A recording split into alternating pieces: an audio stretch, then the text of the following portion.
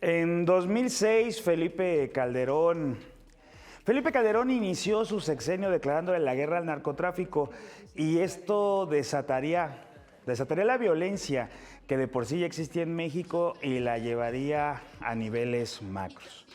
Después de su sexenio, Enrique Peña Nieto decidió continuar con esta estrategia. Realmente, no sé si lo decidió, creo yo que solamente le dio continuidad a lo que ya había, es decir, nadó de muertito y dejó que todo fluyera. Andrés Manuel López Obrador llegó con otra estrategia, no tanto las armas, las patrullas, las balas, sino más bien el bienestar y atender las causas. Fue muy criticado por esa frase de abrazos, no balazos.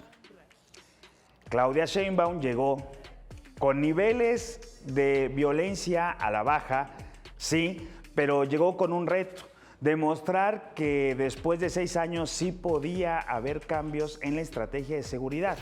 Y bueno, el superpolicía, Omar García Harfuch, entró en acción.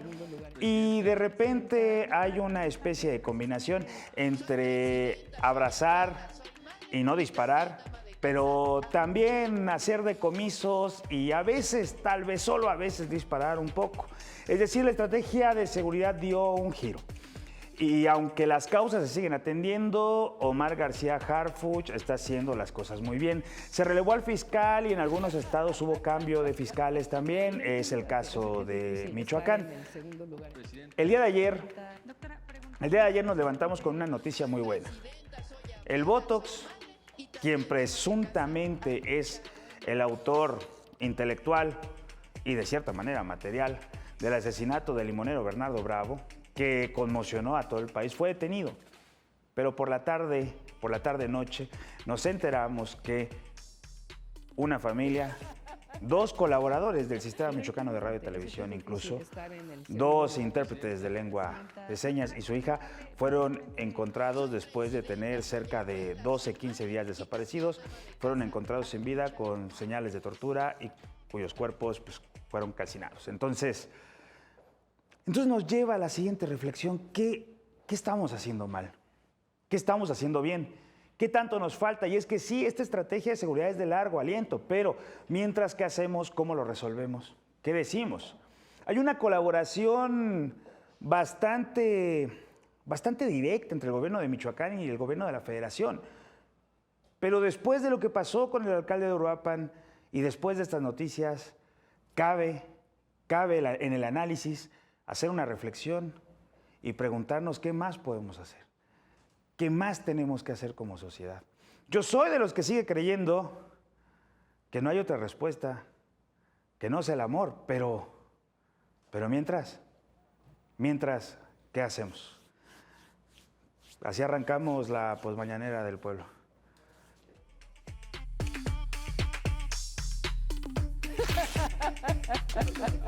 Tranquilízate, yo sé que es difícil estar en el segundo lugar. Presidenta. Doctora, preguntarle precisamente...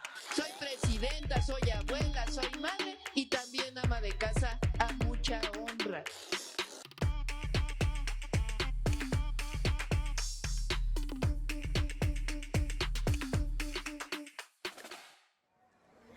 Allá vienen los descabezados, los mancos, los descuartizados, a las que les partieron el coxis, a los que les aplastaron la cabeza, los pequeñitos llorando entre paredes oscuras de minerales y arena. Allá vienen los que duermen en edificios de tumbas clandestinas. Vienen con los ojos vendados, atadas las manos, acuchillados, quemados, baleados entre las sienes. Allí vienen los que se perdieron por Tamaulipas, cuñados, vecinos, yernos, vecinos, la mujer que violaron entre todos antes de matarla, el hombre que intentó evitarlo y recibió un balazo, la que también violaron, escapó y lo contó, viene caminando por Broadway, se consuela con el llanto de las ambulancias, las puertas de los hospitales, la luz brillando en el agua del Hudson. Allá vienen los muertos que salieron de Usulhuatán, de la paz, de la unión, de la libertad, de Sonsonete, de San Salvador, de San Juan Mixtepec, de Cuscatlán, del Progreso, del Guante, llorando. A los que madres soñaron muertos, a los que despidieron en una fiesta con karaoke y los encontraron baleados en Tecate. Allí viene al que obligaron a cavar la fosa para su hermano, al que asesinaron luego de cobrar $4,000. Los que estuvieron secuestrados con una mujer que violaron frente a su hijo de 8 años 3 veces. ¿De dónde vienen? ¿De qué gangrena? Oh, linfa, los sanguinarios, los desalmados, los carniceros, los cruentos asesinos. Allí vienen los muertos, tan solitos, tan mudos, tan nuestros, engarzados bajo el cielo enorme de la náhuac. Caminan, se arrastran, con su cuenco de horror entre las manos, su espeluznante ternura.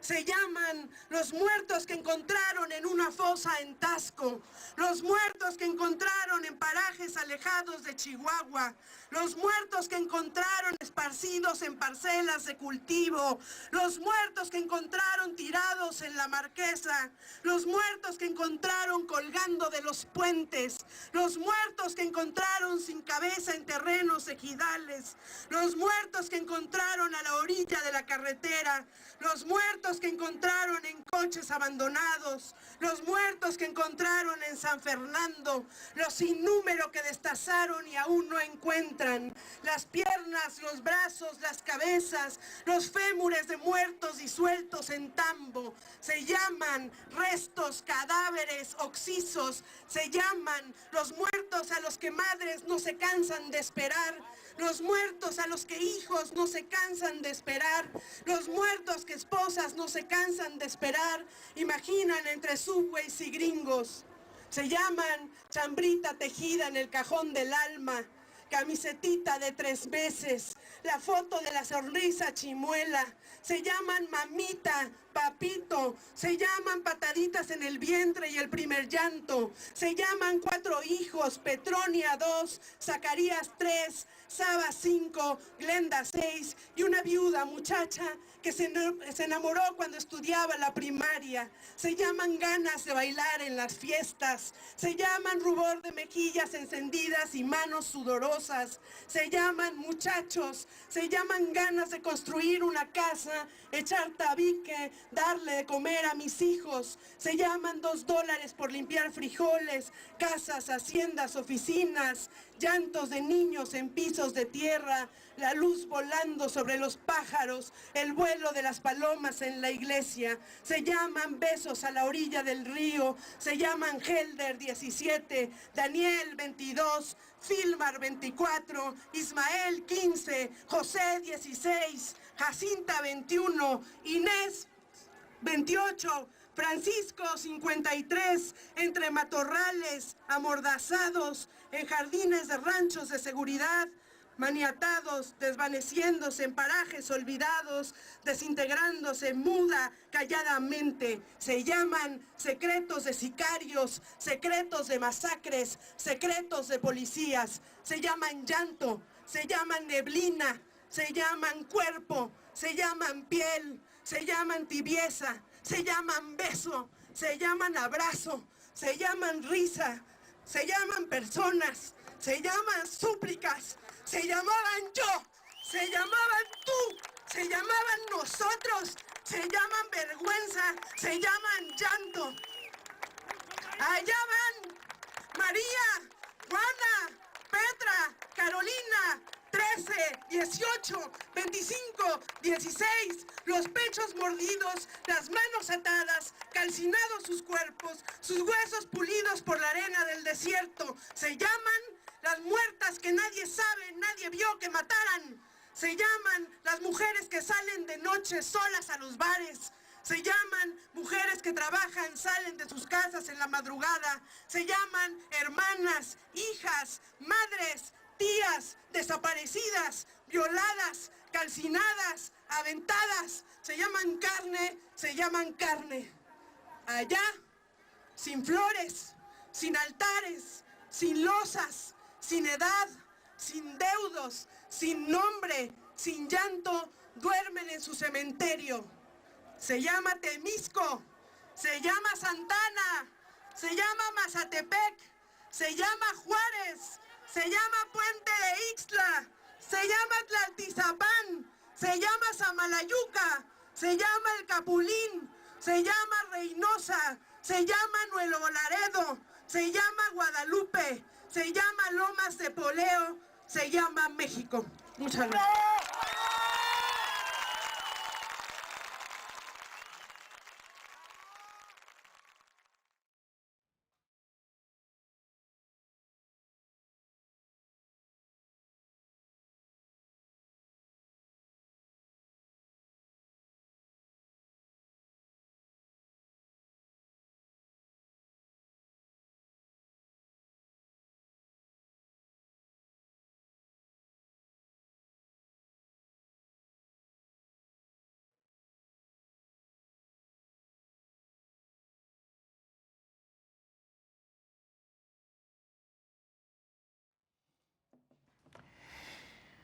Bienvenidos a la posmañanera del pueblo. Qué entrada, decidimos dejar completo el cortometraje porque efectivamente no podíamos dejarlo a la mitad, era necesario que estuviera completo. Y sí, se llama México, lamentablemente se llama Michoacán también. ¿Cómo estás, Marisol? Buenas tardes. Buenas tardes, pues la verdad muy fuerte estas imágenes, si bien lo dices, se llama México, se llama una realidad que no nació ni ayer ni hoy, sino es de los últimos años. ¿Cómo estás, Julián? Bien, gracias, Benja, Marisol y a toda la audiencia. Pues el desaparecido como un significante que queda flotando, ¿no? Que no sabemos si está o no está y que, bueno, tiene una connotación bastante fuerte a nivel social. Sí, en la noche y en la niebla, decían las SS, que es donde, bueno, como el primer antecedente registrado de manera histórica que tiene la desaparición forzada, ¿no? Una política de Estado emprendida por el régimen de Adolfo Hitler justamente para combatir a los opositores políticos, ¿no? Bajo la idea de que la familia no tomara revancha ni se pudiera organizar, la intención es crear un escenario propicio para la desaparición forzada de alguien y de esta manera desarticular el tejido familiar y de esta manera provocar terror dentro de la sociedad. Me parece bastante horrenda, pero muy bien planteada, ¿no? Muy bien planeada por estos tipos, pero bueno, esto se ha venido replicando y es que es cierto, uno ve cifras, uno ve cuerpos, uno ve cosas, pero lo que uno no ve es lo que hay después, lo que hay detrás, lo que se genera, el largo andar de un familiar en búsqueda de su hijo, de su hija, de su papá, de su mamá, contra todo lo que se enfrenta. No nada más la delincuencia organizada, es la burocracia, es la ineptitud de muchos funcionarios y funcionarias políticas que no han entendido que México ya cambió y que tenemos que llegar para hacer las cosas distintas. Y bueno, yo les decía, ayer nos levantamos con una noticia muy agradable. El culpable, el presunto culpable del asesinato del líder limonero Bernardo Bravo fue detenido. La Fiscalía General del Estado, en conjunto con la Secretaría de Marina y la Secretaría de la Defensa, la Policía Estatal de Michoacán, la Guardia Civil de Michoacán y también la Policía de la Seguridad de la Ciudad de México, perdón. Son quienes pues en conjunto llevaron a cabo este operativo y por la tarde-noche nos damos cuenta que nuestro ex compañero Víctor Manuel Mújica pues había perdido la vida junto a su esposa y junto a su hija. Bueno, hay que decir las cosas como son, no perdió la vida, se las arrebataron, ¿no? Y de una forma terrible. Y bueno, este tema pues nos lleva justo a hacer una reflexión. Yo digo, cuando Turner decía que México era un país bárbaro, no se equivocaba, Marisol. No, y bien mencionas, ¿no?, la burocracia que existe, y me recordaba el caso de Maricela Escobedo, que incluso hay un documental. El documental buenísimo, sí. Terriblemente, que termina perdiendo la vida, bien lo dices, en un feminicidio, por la búsqueda de su hija. Me recuerda a Irenea Buendía, que ha planteado el caso de Mariana Lima como un antecedente y ha buscado la lucha y ser la voz para que los casos y las carpetas de investigación siempre sean revisadas con perspectiva de género, pero es lamentable lo que sucede en las madres buscadoras, las muertas, que no son las muertas, son los feminicidios de Juárez. Complejo el tema, muy lamentable la situación que tenemos, y creo que das en un punto clave, Benjamín, respecto al tejido social. Es dañar a la sociedad, y no solo es el tema de seguridad, sino creo que es lo que hay debajo y todo lo que está sucediendo el día a día en las familias, en las casas, en los núcleos, y que nos está llevando a que una vida valga incluso 1,000 pesos, una grapa, y que la vida deja de tener un sentido, siendo lo más maravilloso. Sí, Julián, yo decía en la editorial que cuando Felipe Calderón se volvió presidente, esto se disparó. Lo cierto es que ya había, sí, yo no voy a decir que no, desde la década de los 90 propiamente, justo coincide con la implementación del neoliberalismo, pues ya había como una ola de violencia desatada. Recordemos el asesinato del cardenal Posadas Ocampo por un enfrentamiento entre pandillas del crimen organizado, ¿no? El cartel esa es la versión oficial. El cartel del Pacífico, después llamado de Sinaloa, y el cartel de Tijuana, ¿no? De los hermanos Arellano Félix. Vamos a tener el asesinato, el magnicidio del candidato Luis Donaldo Colosio. Luego el presidente del PRI, Ruiz Massieu, también va a ser ultimado.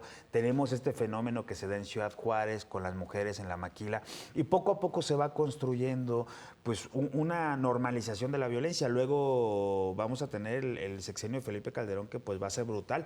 Previo incluso al sexenio de Felipe Calderón, me avergüenza decirlo, pero yo crecí en Uruapan hasta los 18 años, y en el 2005 yo todavía vivía allá cuando se dio el caso de los primeros cuerpos mutilados, los primeros decapitados en un club nocturno, El Sol y Sombra, donde arrojan pues las cabezas, ¿no? Ahí, y bueno, esto se va normalizando. Yo ayer reflexionaba y decía, o sea, ¿qué tan mal estamos que la guerra nos ha bestializado tanto como sociedad, que ha llegado a que normalicemos esto, ¿no? Y esto no está bien. Pero a ver, es una causa también estructural, ¿estás de acuerdo? Sí, totalmente de acuerdo. Mencionas algo súper importante, que es la normalización. Incluso ya no en el sentido como decir esto es normal, sino en un sentido de normar las cosas. Es decir, ya casi una reglamentación implícita que existe a nivel social, de que lo vemos, por ejemplo, en el cortometraje, ¿no? que se acaba de proyectar. Toda esta coyuntura ya se proyecta incluso de manera como si fuera ya una industria cultural, es decir, ya lo tomamos en el cine, ya lo tomamos como una cuestión de vida cotidiana, ¿no? Pareciera que ya es objeto de vida cotidiana a nivel histórico, a nivel sociológico. Anthony Giddens hablaba mucho de la agencia, ¿no? Y esta agencia que puede venir incluso desde la familia. La familia es el primer núcleo social donde nosotros tenemos interacción, y que esta interacción nos permea de valores, nos permea de significados. Pero lo mencionas muy bien, Benja, y lo menciona también Marisol. Desde una cuestión histórica no podemos olvidar que la estructura siempre envuelve al individuo, si nos remitimos como a estos clásicos, ¿no? de la sociología, Durkheim, Weber, etcétera, tiene esa condición marxista, ¿no? De que nosotros no podemos estar dislocados de la cuestión estructural, de la cuestión social, porque hay regiones, no solo en Michoacán, sino en todo el país y en Latinoamérica. Recordemos, Latinoamérica es la región más desigual de todo el mundo, en las cuales los jóvenes no llegan a preparatoria o no culminan la secundaria, no porque no quieran, sino porque las condiciones externas no se lo permiten. Entonces aquí habría que replantear que no es solamente una cuestión de la educación llamada formal, sino que también tiene condiciones de las causas sociales, como lo menciona la presidenta. A ver, Marisol, bueno, es mi primer programa del año, no creo que es el segundo, pero bueno, no presenté, es que esto me nubló, pero no presenté debidamente aquí a la gente. Pues digo, ya conocen muchos a Julián, muchas, ¿no? Ya tiene rato aquí con nosotros, ¿no? Académico de la Universidad Michoacana, ¿no? Literatura. Y bueno, Marisol Aguilar, que debuta con nosotros, exsecretaria de la Mujer y un montón de cosas. Es que son muchas, Marisol, es una gran trayectoria, pero bueno, por eso mismo te quiero preguntar esto. A ver, eran otros tiempos cuando te tocó a ti estar al frente de la Secretaría de la Mujer. Yo no voy a entrar en eso. Yo digo ahora, ¿qué hacer? Como diría Lenin, ¿no? ¿Qué hacer? Es bien complicado. Pero, ¿sabes? No ha cambiado tanto. Yo tuve la oportunidad de estar frente a la Secretaría de la Mujer en 2015, prácticamente más de 10 años. Y ahorita que mencionaban en cuanto a las oportunidades de las juventudes, para las mujeres todavía es más complicado porque participábamos mucho con INEGI y leíamos en las gráficas y en las estadísticas que cuando una mujer tenía hijos antes de los 18 años, era mucho más fácil que tuviera deserción escolar. Por lo tanto, había más violencia. ¿Por qué? Porque para poder crecer económicamente no iba a poder probablemente tener un título. Recuerdo muy bien, el 35% de las mujeres que tienen un segundo hijo, digamos antes de los 21 o 22 años, es muy complejo que puedan estudiar, porque entonces tienen que trabajar, pero a la vez tienen que tener el cuidado, porque vivimos en una violencia estructural que no se trata que de los hombres son malos, así vivimos tanto mujeres como hombres, y eso sigue siendo, aunque tengamos leyes, aunque sea el tiempo de las mujeres, aunque tengamos una presidenta, sí hay avances, pero la estructura, el fondo, sigue siendo un tema patriarcal y machista. Sí, mira, yo lo decía porque, o sea, de verdad, por un lado se hace algo bien, está la coordinación. A ver, y yo no estoy diciendo que el gobierno de Michoacán no está haciendo su chamba, hace todo lo que puede, me consta de primera mano. Pero esto está tan en la médula de las instituciones, esto está tan dentro, está tan infiltrado, está tan descompuesto. Yo siempre hablo, lo comparo con la gangrena, ¿no? O sea, entró al cuerpo, empezó a descomponer una parte, no la paramos y está descompuesto todo. Y después empezar con el tratamiento es muy difícil. Sería mejor amputar que recuperar las extremidades en esta situación, pero tampoco lo vamos a hacer porque no somos un proyecto que pugne por eso. Y vimos lo que pasó cuando se intentó hacer la amputación, 6 años donde el país se bañó en sangre, 6 años donde arrojamos más muertos que en la Revolución Mexicana. Pues yo sé que la densidad poblacional es distinta, pero es increíble. Los desplazados, todo lo que sucedió y que siguió continuando, porque yo insisto, esto sigue pasando ahora. Y yo... no es un reclamo a la presidenta, claro que no, yo reconozco todo lo que hacen, es más, orgulloso de haber votado por ella, orgulloso de haber votado por Andrés Manuel López Obrador, también por mi gobernador, yo no me voy a esconder, pero parece que el bienestar no nos está alcanzando. ¿Qué hacemos mientras? Es lo único que le valgo a Ciro Gómez Leiva, la pregunta que le hacía siempre Pigmenio Ibarra, sí pues, y mientras esta estrategia de largo aliento sucede, ¿qué hacemos? ¿No? Y tiene razón, mientras, ¿qué hacemos? ¿Qué decimos? ¿Qué pensamos? ¿Cómo actuamos? Es increíble. Y lo digo porque justo se da una acción positiva en materia de seguridad y luego viene esta negativa y entonces, pues reflexionemos, ¿no? ¿Qué nos está pasando? ¿Cuándo va a terminar la guerra? ¿En qué nos hemos convertido? ¿Por qué lo normalizamos? ¿Cómo actuamos? ¿Cómo educamos a nuestros hijos, a nuestras hijas? ¿Cómo las cuidamos? O sea, delitos de fuero común, los ministerios públicos... ¿Qué hacemos? Julián. Bueno, esa respuesta pareciera que llevamos años tratando de configurarla, no solo desde la parte ciudadana, sino también desde las políticas públicas. Pero en ese sentido, por ejemplo, me remito a una condición que como medio público me parece que hay una responsabilidad muy, muy fuerte de que en otros medios que no son públicos se menciona que desde el sexenio de López Obrador, desde el sexenio de Claudia Sheinbaum, ha habido incremento en tal. Es decir, pareciera que hay una narrativa de correlación directa para cosas generalmente negativas en la sociedad. Pero en este sentido, creo que sí podemos remitirnos a una cuestión de modelo económico y no olvidar que se vienen procesos electorales, no solo pues, a nivel de cuestiones electorales aquí en México, judiciales, etcétera, sino pues, nuestro vecino del norte, que es Estados Unidos.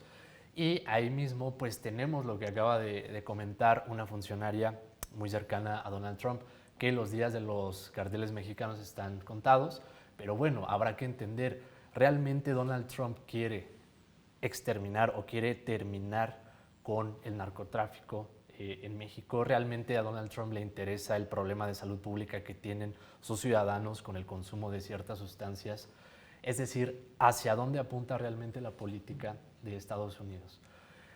Ahora, con respecto a lo que mencionas, Benja, la cuestión de lo nacional, pues bueno, habrá que entender que la presidenta, digamos, en México desde el siglo pasado, pues tenemos esta estructura del Estado, un Estado robustecido a través de instituciones, y estas instituciones, pues bueno, hay que entender, lo decías hace un momento, está en la médula, pero como autoridades sí les corresponde, al menos en cuestión de discurso y posteriormente la práctica, no decir como lo dijo en algún momento Peña Nieto en una charla con personajes ahí en el Fondo de Cultura Económica, que decía, pues la corrupción ya es algo del mexicano, ¿no? Entonces no le corresponde en este caso a las autoridades, sobre todo federales, mencionarlo, no lo han hecho, pero no sería algo pertinente, sino más bien atender, como se ha mencionado, las causas con programas sociales y entender, toda política pública falla, pero en ese sentido hay que dar más apoyo, justamente lo mencionaba Marisol, las juventudes son algo prioritario, y dimensionar tan solo la captura que hace ICE de niños, ¿no? Sí, vamos a ir a una pausa. Antes de ir, Marisol, a la pausa, ¿cómo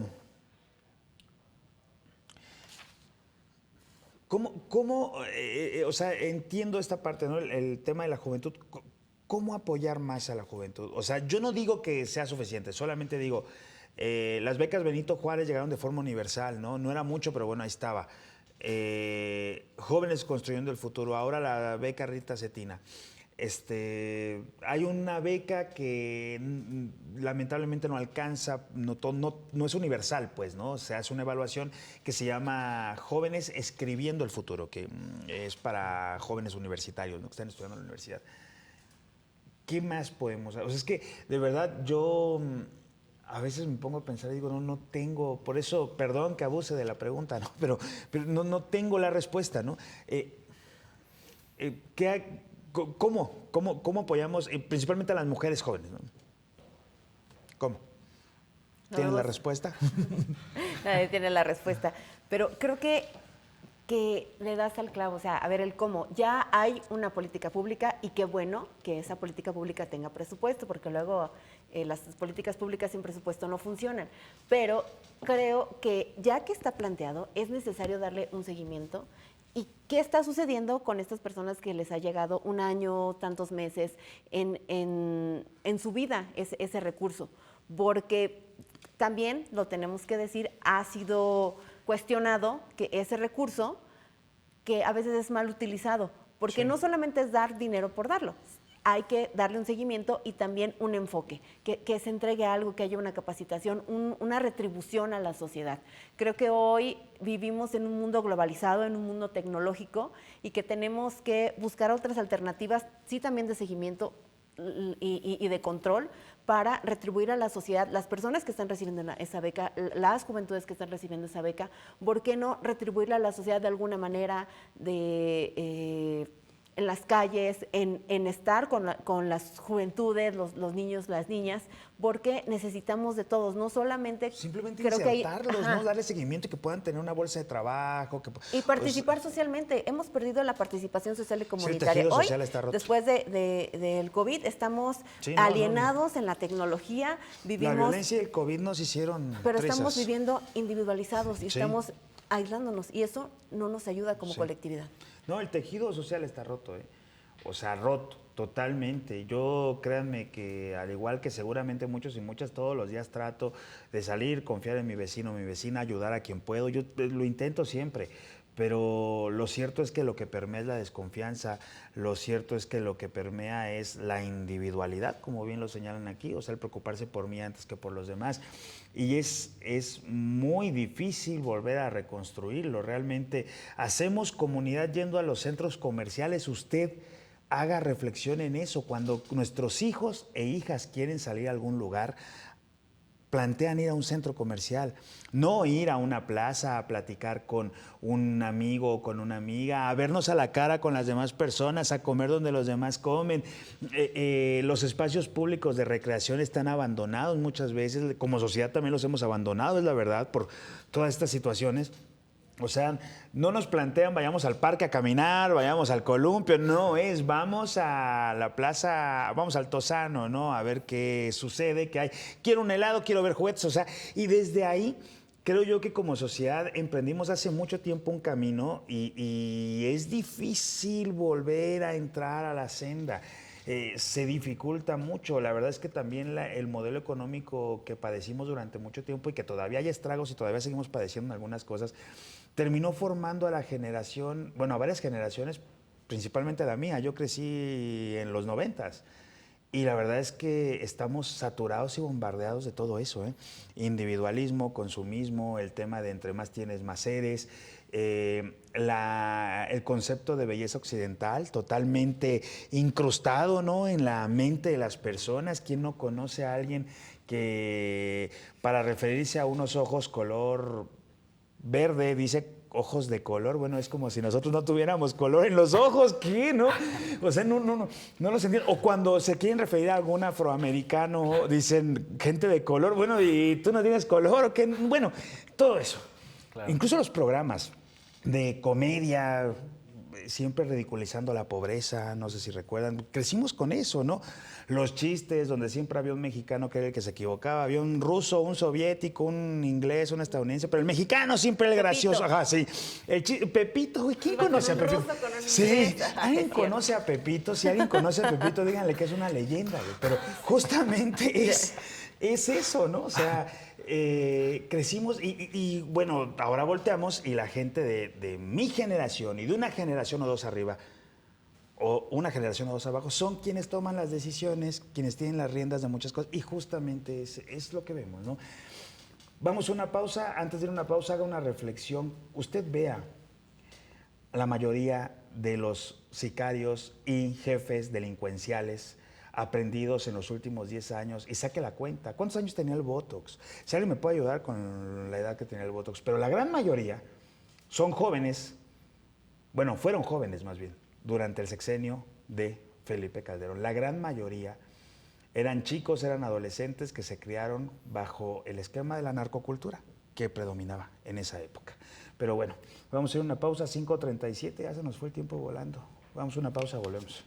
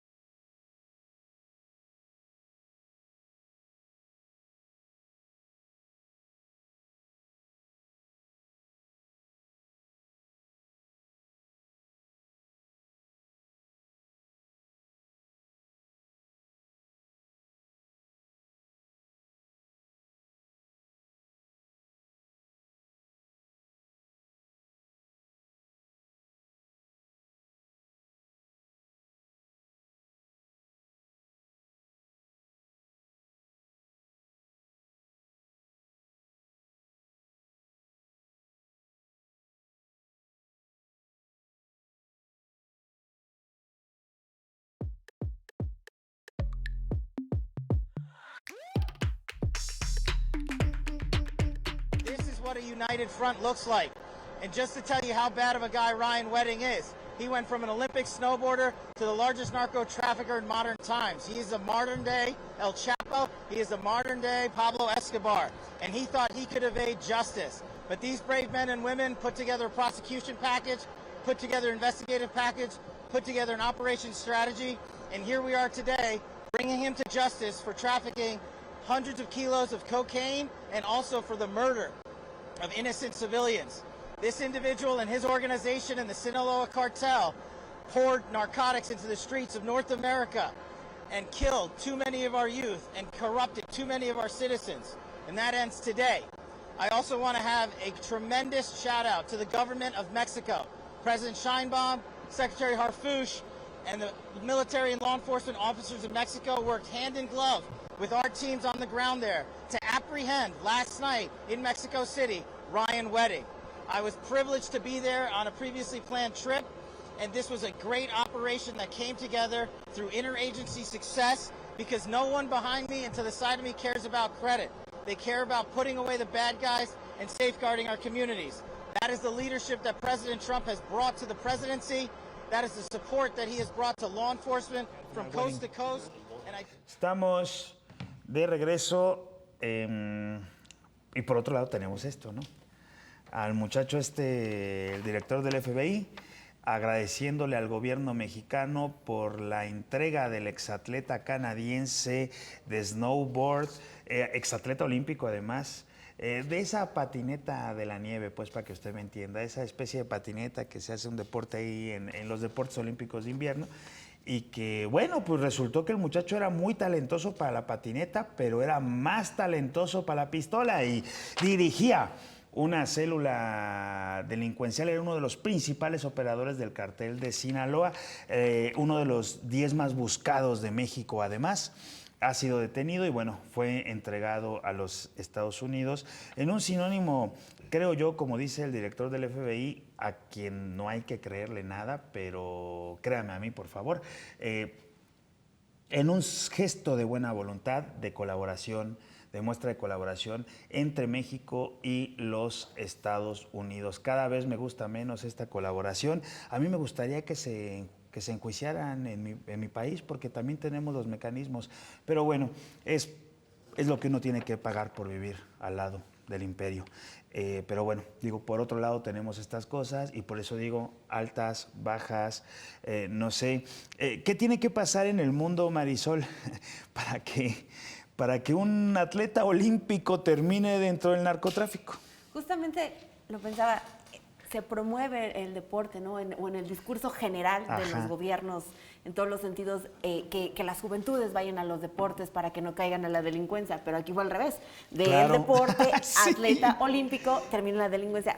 O sea, ¿hasta dónde? Y que volvemos a hablar de lo mismo, las violencias que vivimos y que creo que a veces, mira, no está tan mal el tema de la coordinación porque estamos mimetizados, somos los vecinos, sí. Nos guste o no, y nos necesitamos, somos seres simbióticos, países simbióticos, pero de verdad pensaba en este momento que veía al director del FBI, decía, ¿en qué momento un atleta y que fomentamos el deporte llega a ser un actor tan importante en un cártel? O sea, aparte él es de Canadá.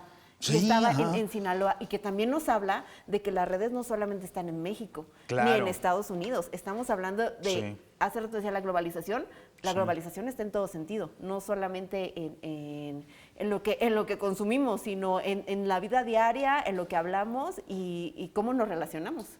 Fíjate que es importante lo que dices porque siempre se concibe al narcotraficante o a que son menos, pero las hay narcotraficantes, como entes pues fuera de la ley, extraños, en su mayor, en el mejor de los casos, más bien, en el mejor de los casos, pues con una altura de 1.70, ¿no? Sombrero, bota, siempre lo imaginamos así, agresivos, autoritarios, hoscos, incultos. Ese es como el estereotipo que siempre se tiene, ¿no? Pero, bueno, y claro, está latinos, y si se puede, mejor mexicanos, ¿no? O sea, ya los colombianos pasaron de moda, ajá. Ya los colombianos pasaron de moda. Entonces, pero esto justamente nos demuestra, como tú bien lo dices, que de repente se pasa por alto que en el mundo globalizado el narcotráfico es una empresa fuera de la ley, pero es una empresa tal cual, transnacional. El cartel de Sinaloa se ha infiltrado en diferentes países y tiene negocios en muchísimos países. Julián. Sí, lo cual se articula no solamente en estas mediciones que se hacen de se incautaron tal droga, armas, etcétera, sino también a partir de ciertas prácticas que luego no son visibilizadas a nivel mediático. Pero aquí algo súper importante es esta formación arquetípica del personaje del narcotraficante, que como mencionas y que se ha estudiado mucho en el Colegio de la Frontera, etcétera, que es esta visión, digamos, incluso con ciertos rasgos étnicos, con ciertos rasgos físicos, con ciertos morenos, rasgos decía aquí lingüísticos, ella, ¿no? Claro. Lo cual se va permeando en el imaginario colectivo y vamos tratando de entender estas narrativas que luego son muy difíciles de desarticular, no solamente a nivel de política en los medios, sino también en la industria cultural, como puede ser la música, como puede ser el cine, las series de televisión, y pareciera que el FBI, digamos, es más amigable en esta película del Silencio de los Inocentes que la realidad, ¿no? Porque realmente sería muy, muy inocente pensar que no va a existir una comunicación permanente entre el gobierno de Estados Unidos y México, incluso infiltraciones. No obstante, aquí lo importante es que ojalá se cumpla, es algo que menciona Claudia Sheinbaum, no vamos a subordinarnos, pero ante tal peso, que ya es algo hegemónico, al menos de Estados Unidos hacia México, en términos económicos, no quiero decir en términos políticos, pero al menos sí en términos económicos, de una o de otra forma siempre debe existir esa negociación. ¿Hasta qué punto se hace público? Ahí es donde ya interviene la responsabilidad de los periodistas, de los críticos, de la propia ciudadanía, porque siempre va a existir ese manejo de información y el cual no siempre sale a la luz, sino luego incluso hasta décadas posteriores, ¿no? Como nos venimos enterando de Díaz Ordaz, de Echeverría, etcétera, con lo de la CIA, y que bueno, en este caso se decía ahora de Groenlandia, ¿no? El llamado nuevo orden mundial. ¿Hacia dónde apunta esta condición? Uno se pregunta, a ver, Groenlandia, pues temperaturas extremas, etcétera, ¿qué quiere Estados Unidos de eso, ¿no? Pues bueno, remitirnos a la cuestión histórica, el gas, los recursos que siempre van a estar ahí y que supuestamente ellos dicen a través del destino manifiesto, nosotros estamos casi que seleccionados a nivel de deidad, a nivel de In God We Trust, ¿no? Ellos tienen incluso en su moneda, para supuestamente civilizar a los demás, porque como decías, nos ven como algo bárbaro, ¿no? Como algo primitivo, que no tenemos la capacidad de organizarnos. Sí, y luego estaba revisando aquí, ¿no? Como hoy la conferencia matutina de la presidenta se llevó a cabo en Veracruz. Justamente este tema se le preguntó a ella, ¿no? Fue una pregunta ahí que salió. Y bueno, estaba viendo la lista pues que enumeraron, ¿no? En esta estrategia de atención a las causas hoy en Veracruz, ¿no? El tema de las sesiones de armas en estas ferias que hacen en los atrios de las iglesias, que justamente aquí en Michoacán hubo una en la catedral, ¿no? Las jornadas de paz, o sea, hay un montón de cosas que se están haciendo, pero bueno, parece que no alcanza. Ahora, con el tema, volvamos, porque me perdí un poco solo, me distraje viendo aquí los números, con el tema de los Estados Unidos, ¿no? De lo que estás mencionando. Pues al final de cuentas, los Estados Unidos son el país número 1 en narcotráfico. Como bien lo señalaba aquí Marisol, lo decías tú, Julián, en los Estados Unidos hay quien vende la droga. Aquí solo se pasa. A ver, y no me malentienda, está mal. No es algo que nos enorgullezca, pero aquí en ocasiones se siembra, en otras solamente somos país de paso, y los muertos y las muertas los ponemos nosotros. en esta guerra que se ha desatado, pero el grave problema está allá. ¿Quién opera allá? ¿Quién distribuye allá? La última milla del dinero del narcotráfico, que le quede claro, se administra en Wall Street, no aquí. Siempre digo esto, ¿no? Hay una Miss White, un Mr. White en una alberca, en una mansión, tomándose una limonada, y son quienes administran la última milla de ese dinero. ¿Quién les salvó la crisis del 2008, la crisis inmobiliaria de los Estados Unidos del 2008? Pues claro, el dinero lavado. No podemos cerrar los ojos. Si como un villano famoso de la franquicia de Marvel, tronáramos los dedos y desapareciéramos a todos y a todas los vinculados con el crimen organizado, capaz que hasta desaparecemos nosotros, porque a veces ni cuenta nos damos. ¿Dónde estacionamos nuestro auto? ¿A quién le compramos una paleta? No sabemos. Esto está tan inmiscuido que es dificilísimo erradicarlo.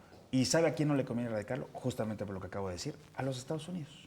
Pero bueno, marinos cesados, dice la presidenta, no fue por un tema de la cuestión del huachicol, ahí la presidenta trata de exponerlo hoy en la conferencia, pero antes de que pasemos a ese tema, que es el último, hoy es viernes de Suave Patria y para eso está Marlene Aborto.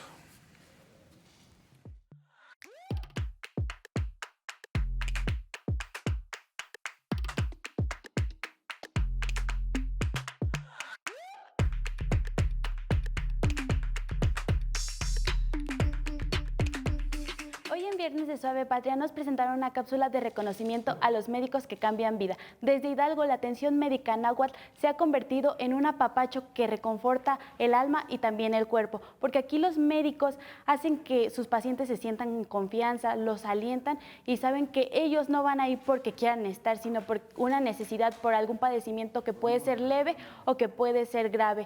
Saben que hay que tener empatía con ellos, porque también la salud se construye escuchando y hablando la lengua de los que más lo necesitan. La atención a las lenguas originarias fortalece pues el derecho a la salud y a la vida digna. Por eso es importante que reconozcamos a todos los médicos, a todo el sector salud que mantienen en pie pues a lo más importante de México, que son sus personas, somos nosotros. Y también porque quien no vive para servir, no sirve para vivir. Muchas gracias y volvemos contigo, Benja. ¿Por qué te pones nerviosa, Marlene? Si lo haces muy bien y nada más vengo yo y te pones nerviosa. Sí. Muy bien, me encantó tu remate. Hablando de jóvenes construyendo el futuro, Marlene es un caso de éxito. Entró hace 2 años, 3, ¿no? Aquí al canal, bajo este esquema y se quedó para colaborar con nosotros.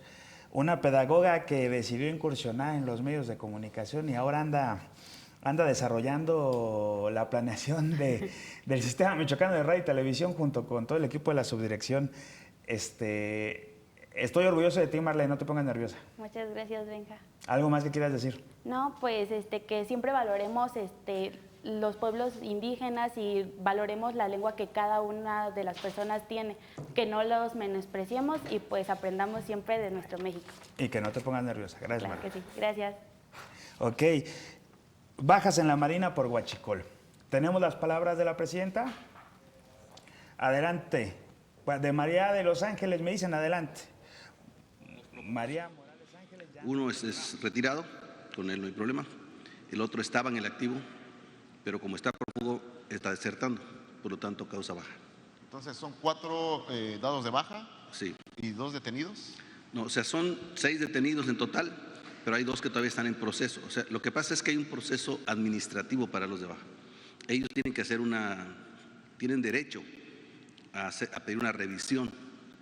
Con esa revisión se les hace un dictamen y un análisis y se les da respuesta. Aún así, ellos tienen derecho a continuar con su proceso hasta que una autoridad jurisdiccional determina que fue legal todo el proceso y causan baja de manera definitiva. Hasta ahorita han causado baja 4. De entre ellos todavía hay 2 que están en procesos de amparo y los 2, las personas que usted menciona, uno está prófugo pero está de baja por otro motivo, no por estar detenido, sino porque desertó. y uno de ellos está de baja porque no puede cumplir con sus funciones. ¿Y están dados de baja por la relación, esta persona particular, por la relación con este presunto delito? No, está de baja porque de acuerdo con la Ley Orgánica de la Armada de México, cuando una persona no puede cumplir con sus funciones en la Marina, es dado de baja. Así lo marca la ley. Digamos, por no presentarse a labores. Por no puede hacer su trabajo. Una disculpa, mi secretario, almirante, por favor, perdóneme, no vaya usted a cesarme. Era el secretario, el almirante. Raimundo Morales Ángeles, perdón, aquí fue una confusión entre el chícharo que yo hablaba que no, pero bueno. Un minuto, Marisol. Hoy dan la noticia, bueno, también en temas de seguridad, que los marinos que estuvieron vinculados a temas de huachicol pues han sido dados de baja. Se le ha dado seguimiento a esto. Sí fue algo que golpeó al gobierno federal, hay que decirlo, ¿no? Pero bueno, se está atendiendo. ¿Tus impresiones? Creo que en general el tema de la Marina y los problemas de seguridad, los problemas del país se tienen que decir. Para poder resolver algún problema tiene que existir y lo tienes que nombrar. Nos gusta, a nadie nos gusta ver los problemas, yo creo que a la presidenta mucho menos, pero es importante nombrarlos para empezar a resolverlos, porque no todo podemos decir que es culpa del gobierno, también nos toca como sociedad. Pero es importante tomar una estrategia para poder resolver algo, porque si no estaríamos hablando sobre inexistencias. Julián, el huachicol, recuerdan los dos, el sexenio de López Obrador se inauguró con un combate abierto al huachicol y eso nos llevó a tener una semana, 2 de escasez, donde mucha gente criticaba justamente las acciones del gobierno y otra recuerdo que pues ya lo tomaba hasta con humor, había como fogatas afuera a los costados de las gasolineras, ¿no? Yo en ese entonces vivía aquí en la capital del estado, pero cerca de una gasolinera y me tocaba ver al lado había un estacionamiento y ahí se llevaban guitarra, ¿no? Y bueno, la gente lo toma ya con humor, pero bueno, después creo que la estrategia se recompuso, bueno, no que se recompuso, pero cambió, porque justamente este tema de la escasez pues generó mucha atención, ¿no? Luego se dio el caso de la explosión en un ducto, etcétera, ¿no? Sí. A 7 años, ¿cómo ves el tema del huachicol? Sí, aquí algo importante, lo menciona también Marisol, es la asignación que se le da de la atención a las problemáticas, que en este caso del huachicol, a nivel mediático luego parece que se confunde y parece que todo de momento por la tendencia y la coyuntura se le quiere asignar a García Harfuch, sino que pues ahora también debemos entender que hay instituciones encargadas, especializadas y que no todo debe asignarse desde una cuestión incluso federal. Lo ha mencionado mucho la presidenta. Hay mucha articulación y hay mucha cooperación, no solo de lo federal, sino también lo estatal y sobre todo también lo municipal, ¿no? Que aquí es algo fundamental. Sí, claro. Tenemos que irnos. Yo nada más digo, para cerrar, sí es difícil. Insisto, tenemos muchos retos. A ver, yo no digo que estos gobiernos sean perfectos. Repito, yo orgullosamente voté por ellos y lo volvería a hacer. Pero sí hay muchos retos y reflexionemos como sociedad también qué parte nos toca y exijamos a los funcionarios y funcionarias que están al frente de algunas dependencias o de otras e incluso si en algún momento hay que exigirle al Ejecutivo, a los legislativos, hagámoslo. Dentro de la norma, de forma pacífica. Este es un gobierno que dialoga, no es un gobierno que no está abierto a eso. Y bueno, lo digo porque sí, la oleada de violencia pues ayer nos sorprendió, por lo menos aquí en el estado, y aunque hay noticias positivas, también se dieron algunas negativas. Y bueno, nuestro más sentido pésame como Sistema Michoacano de Radio y Televisión y también como producción propia, individual, que es la Posmañanera, a la familia de nuestros compañeros que pues ayer perdieron la vida. Quiero cerrar con es el estribillo de una canción de Luis Eduardo Auté. Dice, entre la fe y la felonía, la herencia y la herejía, la jaula y la jauría, entre morir o matar, prefiero amor a amar. Y creo que esa es la clave. Que no se le olvide que todo revolucionario está hecho de los sentimientos más puros de amor. Mañana de 5 a 6. Yo soy Benjamín Mendoza. Gracias, Marisol. Al contrario, muchas gracias. Gracias, Julián. Gracias, Benja, Marisol. Ya sabes, si hay algo mejor que la mañanera. Ah, sí, perdón, ya me corrigieron el lunes. Le digo que traigo la cabeza no sé dónde. El lunes de 5 a 6. Soy Benjamín Mendoza. Si hay algo mejor que la mañanera, pues es la mañanera del pueblo. Que tenga una excelente tarde.